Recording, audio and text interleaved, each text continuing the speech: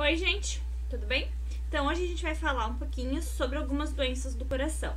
A gente vai começar por doença arterial coronariana, a DAC, que é uma das principais doenças cardiovasculares. Depois a gente vai falar de insuficiência cardíaca e a gente vai falar de angina, ok?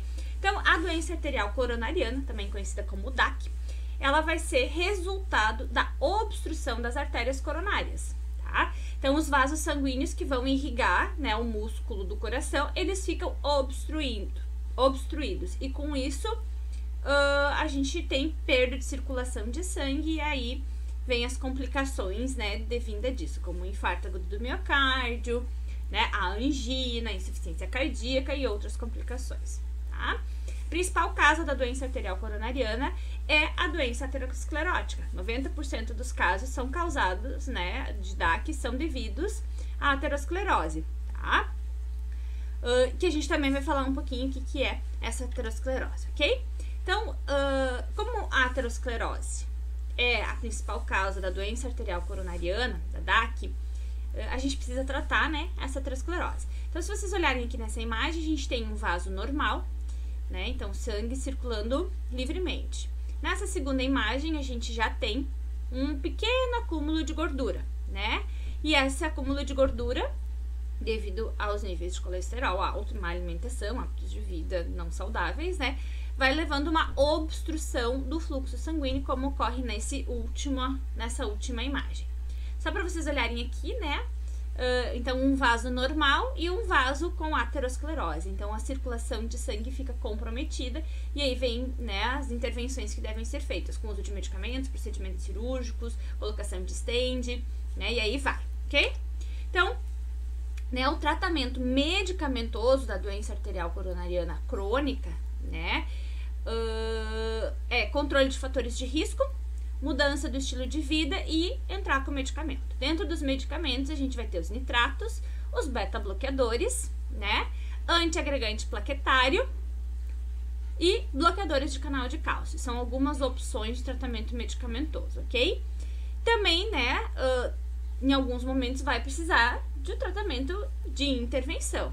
E aí entra a angioplastia, que é através do cateterismo, e a cirurgia de revascularização, né? Então, que entra, por exemplo, uma ponte safena, né? É um procedimento cirúrgico para fazer uma revascularização daquele vaso que foi obstruído, ok? Então, o tratamento medicamentoso da doença arterial coronariana crônica, o que a gente usa, tá? Prevenção do infarto do miocárdio e óbito, entra o AS, né, que é antiagregante plaquetário, clopidogrel, ticlopidina ou ticagrelor. Se o paciente ele passa por um procedimento cirúrgico, um processo intervencionista, normalmente os médicos fazem um duplo bloqueio de antiagregante. Então, ele usa AS clopidogrel, AS ticagrelor, então ele associa dois antiagregantes e anticoagulantes, ok? Também entram as estatinas, né, então, simvastatina, né, então, que é uma das estatinas mais utilizadas, os beta-bloqueadores, inibidores da enzima conversora da angiotensina, né, os IECAs, e os bloqueadores dos receptores de angiotensina 2, que, né, entra aqui a losartana como exemplo, ok? Também, né, se utiliza medicamento para reduzir sintomas. O que é um sintoma de doença arterial coronariana? Dor no peito, né, então as pessoas sentem a dor no peito, né, e isso pode, a angina, que é a dor no peito, então tu vai usar medicamentos que vão melhorar a circulação, então diminuir a isquemia do miocárdio, falta de oxigenação e reduzir os sintomas. Para isso, entra os beta-bloqueadores, antagonistas dos canais de cálcio e nitratos, ok? Que são os mais utilizados, né? Para prevenção de óbito e infarto agudo do miocárdio, então, né, a DAC é uma das principais causas, né, que leva as pessoas a óbito e infarto agudo do miocárdio. Entra, então, o AS, clopidogrel, que são antiagregantes plaquetários, como eu já comentei, né? Entram também os hipolipemiantes, então as estatinas, né, que vão, então, reduzir os níveis de LDL, do colesterol, LDL, né, e aumentam o HDL, que é o colesterol bom. Então, lembrando, né, que o LDL a gente chama de colesterol ruim, HDL é o colesterol bom.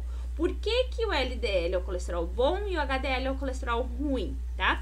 Brevemente, LDL é uma lipoproteína, né, que transporta o colesterol. E o HDL também é uma lipoproteína. Então, eles se grudam no colesterol e fazem o transporte desse colesterol pela nossa corrente sanguínea. O LDL, ele pega a gordura que está no fígado e distribui para o nosso corpo, ok? Então, ele faz esse caminho. Então, toda a gordura que a gente ingeriu na alimentação, enfim, toda a gordura que está no fígado, ele vai distribuir, vai, né, transportar para os tecidos. Então, ele aumenta a chance de causar, né, uma aterosclerose. Já o HDL, ele faz o transporte inverso. Ele pega a gordura que está na corrente sanguínea e leva para o fígado para ser metabolizado e eliminado, tá? Então, a gente disse que o LDL distribui a gordura, né? E o HDL, ele recolhe essa gordura que está nos vasos e com isso leva para o fígado para ser metabolizado. Então, quando a gente deseja, né, o que as estatinas fazem? Elas reduzem a lipoproteína, que distribui gordura para o nosso corpo, e aumenta do HDL, que é aquela que faz a limpeza da gordura dos nossos vasos, ok? Então, elas são muito importantes quando a gente tem uma doença arterial coronariana, a gente tem que usar, né, as estatinas, elas previnem infarto agudo do miocárdio, ok? Os beta-bloqueadores, né, então o metoprolol, o propanolol, a gente já conversou sobre os beta-bloqueadores, né? Eles então vão bloquear a atividade simpática do miocárdio, com isso vão reduzir a frequência cardíaca e vão reduzir o consumo de oxigênio, tá? Diminui também a força de contração, diminui PA, né, pressão arterial, e com isso também diminui arritmias fatais, tá? Então aqui tem alguns exemplos, né, de medicamentos que a gente utiliza como beta-bloqueadores para prevenir óbito e infarto agudo do miocárdio, ok? Depois tem os inibidores da ECA, né, que a gente já conversou, os bloqueadores dos receptores de angiotensina 2, que a gente também já conversou, né, como a losartana, a valsartana, né, são exemplos de BRA2, e captopril, enalapril, ramipril, linezoprim são exemplos de ECA, ok? Também são utilizados, então, no tratamento da doença arterial coronariana, tá? Antagonistas dos canais de cálcio, como verapamil, diltiazem, ifedipina, também são utilizados, né, para reduzir principalmente sintomas, tá? Então, eles não vão prevenir infarto, mas vão reduzir sintomas do paciente, né? E a isquemia miocárdica. O que é isquemia miocárdica? Falta de oxigênio no miocárdio, né? Então, a morte celular por falta de oxigênio. Então, eles vão reduzir esses sintomas e vão reduzir essa isquemia, ok? Os nitratos, né, então também vão ser utilizados aqui entre exemplos de nitrato, né, o dinitrato de isosorbida, que é bastante utilizado, o propatil nitrato e a nitroglicerina, então também, né, vão reduzir sintomas e a isquemia do miocárdio, tá? Beta-bloqueadores também ajudam a reduzir sintomas, né, e a isquemia, ok? Então, são medicamentos que, então, a gente utiliza na doença arterial coronariana, ok? Vamos falar aí também um pouquinho sobre os medicamentos que a gente utiliza na insuficiência cardíaca. Os medicamentos que a gente usa na insuficiência cardíaca, né, e antes de falar disso, a gente tem que falar o que é insuficiência cardíaca. Então, a insuficiência cardíaca, ela também é conhecida como insuficiência cardíaca congestiva, então eles usam a sigla ICC, né? E o que é? Ela é a incapacidade do coração em bombear adequadamente o volume sanguíneo que chega nos ventrículos, né? Então, o coração, ele não consegue mais bombear sangue rico em oxigênio para o resto do corpo, tá? Então, por isso que ela precisa ser tratada. Principal causa de insuficiência cardíaca é a doença arterial coronariana, que a gente acabou de comentar, tá? Então, estreitamento de vasos coronarianos, né, que então vão ser responsáveis por levar o oxigênio até o músculo cardíaco. A presença, né, e também esse estreitamento é por causa da presença das placas de gordura, podendo então levar a uma isquemia e infarto, ok? Então, a DAC leva a uma insuficiência cardíaca. Fatores de risco, então, para insuficiência cardíaca é pressão arterial elevada, hipertensão, doença arterial coronariana, que a gente já falou, infarto, diabetes, apneia do sono, cardiopatias congênitas, né? Então, deficiência de válvulas cardíacas, deficiências, né? Então, alguma cardiopatia congênica, Processos infecciosos, como endocardite, então uma infecção pode levar a uma insuficiência cardíaca, consumo de álcool, e batimentos cardíacos irregulares, que são as arritmias. Então, as arritmias também podem levar à insuficiência cardíaca congênita, ok? Então, aqui brevemente, né, o tratamento da insuficiência cardíaca, ela vai visar o quê? Diminuir o trabalho cardíaco, né? Aumentar a força de contração cardíaca, então eu preciso que o coração ele bata mais forte, e para isso a gente usa muitos digitálicos, como a digoxina, né? Então a digoxina é um dos principais cardiotônicos que se utiliza na insuficiência cardíaca, então ele é um medicamento super antigo, e até minha avó, que era cardíaca, já usava digoxina, né? A digoxina para justamente aumentar essa força de contração, tá bem? Também a gente, né, o que vai ser associado? Então, esses são os dois principais, né, objetivos do tratamento, né, do tratamento farmacológico da insuficiência cardíaca. Diminuir o trabalho cardíaco, então para isso a gente usa diuréticos e vasodilatadores, e aumentar a força de contração. E aí a gente entra com os digitálicos, tá? Então, os principais aspectos do tratamento da insuficiência cardíaca. A gente tem, então, os diuréticos de alças, né, que podem causar hipocalemia, então a gente tem que ficar atento a isso. Níveis séricos de potássio, eles têm que ser monitorados, né. Beta-bloqueadores, eles são utilizados na insuficiência cardíaca, né, que pode ter uma origem isquêmica. E também a gente tem que ficar atento à digoxina, que possui um índice terapêutico muito baixo e pode causar intoxicação. E aí a gente tem que ficar atento a isso, ok? Então, depois vocês podem ler aqui, são outros aspectos importantes, né? Então, a gente tem que ficar atento a essas questões quando a gente tem um paciente com insuficiência cardíaca, tá? Então, aqui são os principais medicamentos que a gente utiliza, né? Na insuficiência cardíaca crônica e aguda. Então, a insuficiência cardíaca aguda é quando o paciente desenvolve um processo agudo. Daí entra no hospital e aí vai ter que tratar isso de uma forma mais rápida, tá bem?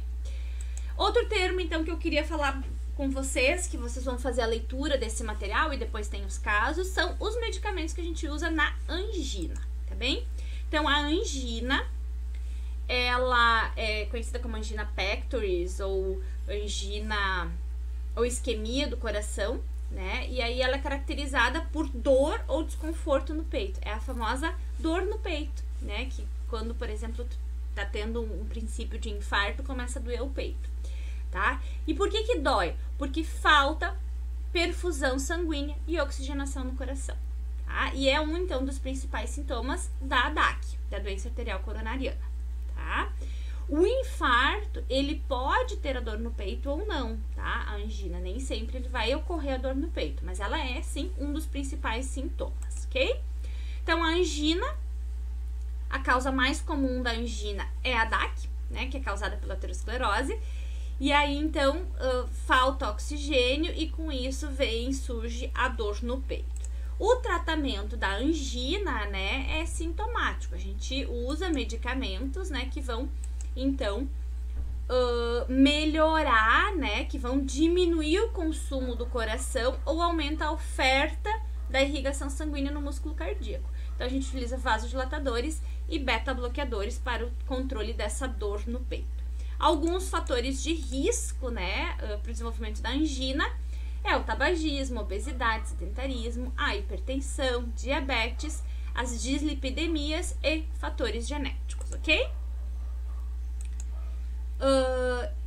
Então, né, o tratamento farmacológico da angina, ela vai visar aumentar a oferta de oxigênio, para isso a gente usa vasodilatadores, e diminuir o trabalho cardíaco, né? Então, tu pode usar vasodilatadores e beta-bloqueadores, tá bem?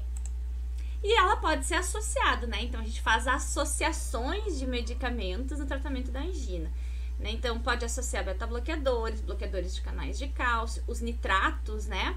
Que entram ali, a isosorbida, né? E aí, então, a gente trata essas condições.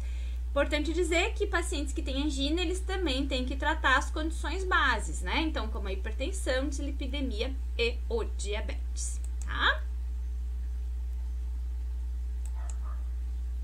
Então, né, a gente tem, então, o tratamento da angina estável. Ela tem 4 objetivos, que é aliviar os sintomas, prevenir o infarto agudo do miocárdio, prevenir morte súbita cardíaca, né?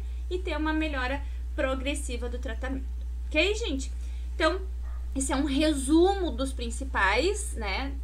Das principais doenças cardíacas e os medicamentos que a gente utiliza, tá? Então, uma boa atividade para vocês, bons estudos e até breve!